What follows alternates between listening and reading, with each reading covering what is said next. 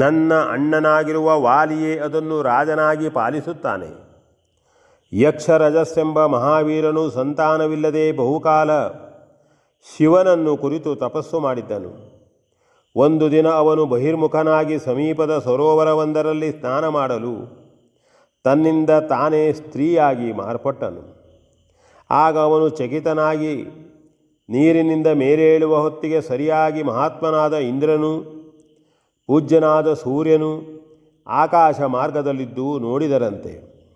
ಇಂದ್ರನು ವಾಲಾಗ್ರವನ್ನು, ಸೂರ್ಯನು ಕಂಠಪ್ರದೇಶವನ್ನು ನೋಡಿ ಒಮ್ಮೆಲೇ ಅನುಗ್ರಹಿಸಿದ್ದರಿಂದ ಅದೇ ವಾನರ ಸ್ತ್ರೀಯು ಗರ್ಭಧಾರಣೆ ಮಾಡಿ ಇಂದ್ರನ ಅಂಶದಿಂದ ಹಿರಿಯನಾದ ವಾಲಿಯು, ಸೂರ್ಯನ ಅಂಶದಿಂದ ಕಿರಿಯನಾದ ನಾನು ಜನ್ಮಿಸಿದೆವು. ಈ ಎರಡು ಮಕ್ಕಳನ್ನು ಕಟ್ಟಿಕೊಂಡು ಮುಂದೆ ತಪಸ್ಸಿಗೆ ಅನುಕೂಲವಿಲ್ಲದೆ ವ್ಯಸನಪಟ್ಟಾಗ ಅಶರೀರವಾಣಿಯೊಂದು ಕೇಳಿ ಮತ್ತೊಮ್ಮೆ ಸರೋವರದಲ್ಲಿಳಿದು ಸ್ನಾನ ಮಾಡಿ ಆ ಯಕ್ಷಸರಜಸ್ಸೆಂಬ ನಮ್ಮ ತಂದೆಯು ಮೊದಲಿನ ಪುಂಸ್ತ್ವವನ್ನು ಪಡೆದುಕೊಂಡನು. ಆದುದರಿಂದ ವಾಲಿ ಸುಗ್ರೀವರಾದ ನಮಗೆ ತಂದೆಯೂ ತಾಯಿಯೂ ಒಬ್ಬನೇ ಆಗಿ ನಾವು ಇಂದ್ರ ಹಾಗೂ ಸೂರ್ಯರ ಮಕ್ಕಳಾಗಿ ಹುಟ್ಟಿದೆವು. ಮತ್ತು ನಮ್ಮ ತಂದೆಯಾದ ಯಕ್ಷರಜಸ್ಸು ನಮ್ಮಿಬ್ಬರನ್ನು ಹಿಡಿದುಕೊಂಡು ಊರಿಗೆ ಬಂದು ತನ್ನ ಧರ್ಮಪತ್ನಿಯಲ್ಲಿ ಅಂಜನೆ ಎಂಬ ಹೆಣ್ಣು ಮಗುವನ್ನು ಪಡೆದು ಕ್ರಮೇಣ ಕಾಲಧರ್ಮವನ್ನು ಹೊಂದಿದನು. ಆ ಅಂಜನೆಯೇ ಹನುಮಂತನ ತಾಯಿಯು. ಕೇಸರಿ ಎಂಬ ವಾನರರೊಂದಿಗೆ ಅವಳ ಮದುವೆಯಾಗಿದ್ದರೂ ಸಂತಾನವಿಲ್ಲದ ಅವರಿಬ್ಬರೂ ಶಿವನನ್ನು ಕುರಿತು ತಪಸ್ಸು ಮಾಡುತ್ತಿದ್ದಾಗ ಶಿವಪ್ರಸಾದವೇ ವಾಯುದೇವನ ಮೂಲಕ ಪತಿಪರಾಯಣೆಯಾದ ಆಂಜನೇಯ ಗರ್ಭವನ್ನು ಹೊಕ್ಕು ಅವಳರಿಯದೆ ಸೇರಿಕೊಂಡು ಈ ನಮ್ಮ ಹನುಮಂತನ ಜನನವಾಯಿತು. ಶಿವನೇ ಕರುಣಿಸಿದ ಸಂತಾನವೆಂದು ಆ ದಂಪತಿಗಳು ಈ ಮಗುವನ್ನು ಅತ್ಯಾದರದಿಂದ ಸಾಕುತ್ತಿದ್ದರು. ಅವನ ಕುರಿತು ಅವನೇ ಎಲ್ಲ ವಿಚಾರವನ್ನೂ ನಿನ್ನಲ್ಲಿ ಭಿನ್ನಯಿಸಿಕೊಂಡಿರಬಹುದು.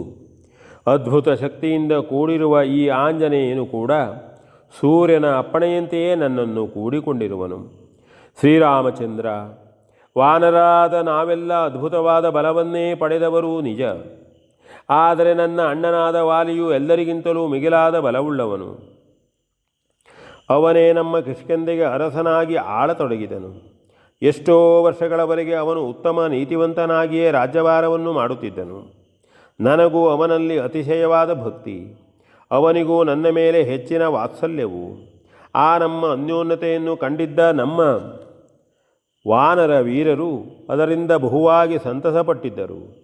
ನಿತ್ಯವೂ ಸುಖ ಸಂತೋಷಗಳಿಗೆ ಆಗರವೆನಿಸಿದ್ದ ನಮ್ಮ ಕಿಷ್ಕಿಂಧೆಯು ಅಣ್ಣನ ಆಳ್ವಿಕೆಯಿಂದಲೇ ಅದನ್ನು ಪಡೆದಿದ್ದಿತು. ಎಷ್ಟೆಷ್ಟೋ ಬಲಿಷ್ಠರಾದ ರಾಕ್ಷಸರನ್ನು ಅವನು ಸಂಹಾರ ಮಾಡಿದ್ದನು.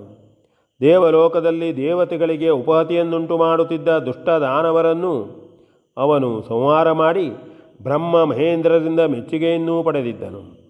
ಅದೇ ಯುದ್ಧಕ್ಕಾಗಿ ಅಮರಾವತಿಗೆ ಅಣ್ಣನು ಹೋಗಿದ್ದಾಗ ಮಹೇಂದ್ರನು ಸ್ವರ್ಣಮಂದಾರ ಮಾಲಿಕೆಯೊಂದನ್ನು ಅವನಿಗೆ ಕರುಣಿಸಿದ್ದನು. ಅದರ ಪ್ರಭಾವದಿಂದ ಆ ಮಾಲಿಕೆಯು ಕೊರಳಲ್ಲಿರುವವರೆಗೆ ಅವನಿಗೆ ಸಾವು ಸವನಿಸದು. ಅಂತೆಯೇ ಆತನು ಅನುಗ್ರಹಿಸಿದ್ದನು.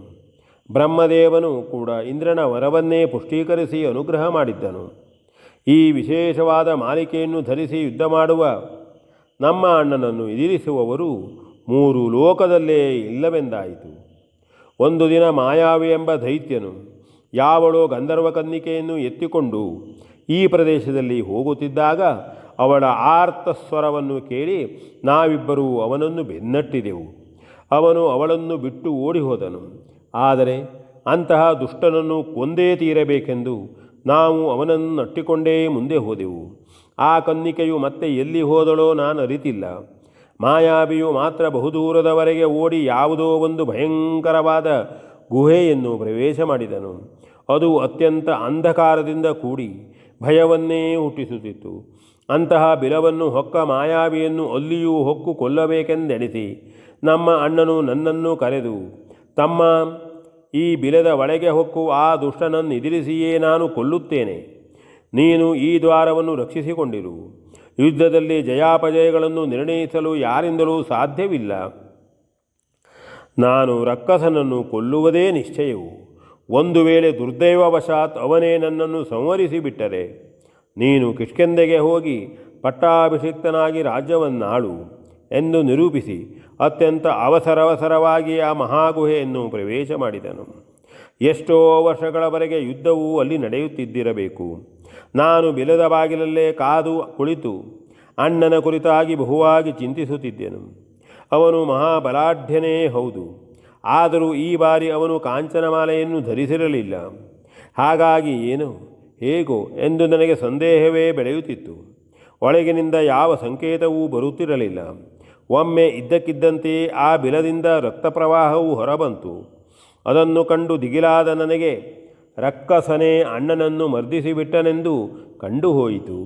ಜತೆಯಲ್ಲಿಯೇ ಆ ದುಷ್ಟನು ಮೇಲೆ ಬಂದರೆ ನನ್ನನ್ನು ಉಳಿಸಲಾರನೆಂಬ ಭಯವೂ ಉಂಟಾಯಿತು.